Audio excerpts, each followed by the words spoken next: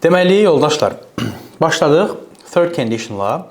Bu if-lərdən biz danışmışdıq 3 conditionalı, 0, first, second və indi third conditional.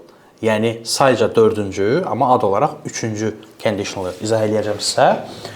Əvvəlki mövzuları buradan silək həmən. Əgər xatırlayırsınızsa, xatırlamırsınızsa qayıdıb baxa bilərsiniz.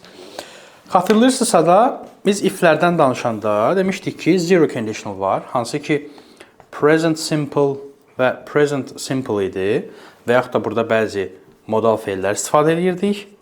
Sonra if-dən danışmışdıq ki, past simple, üzr istəyirəm, present simple və will istifadə edirdik gələcək zaman üçün.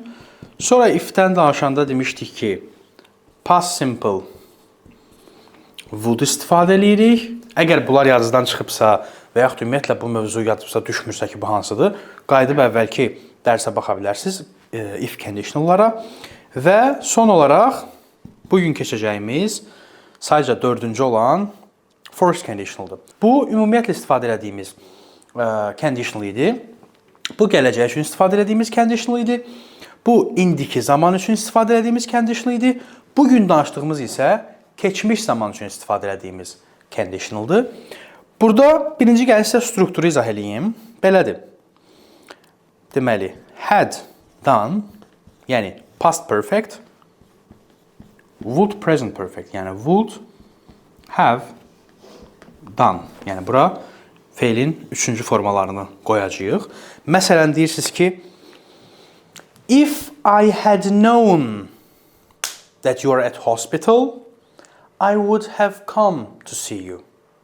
Əgər bilmiş olsaydım ki, sən xəstəxanadasan, gəlib səni görmüş olardım. If I had known that you were at hospital, I would have come to see you. Səni gəlib görmüş olardım. Bax, bu keçmişdədir artıq. Yəni, bunun üstündən artıq keçib.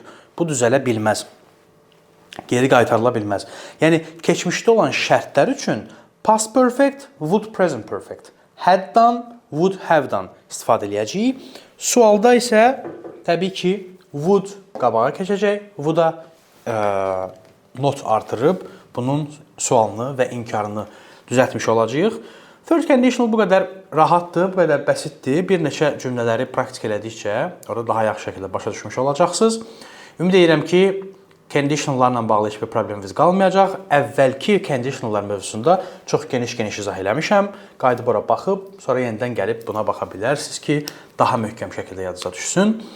Belə, uğurlar arzu edirəm. Növbəti mövzuda görüşərik. Özünüzə yaxşı baxın.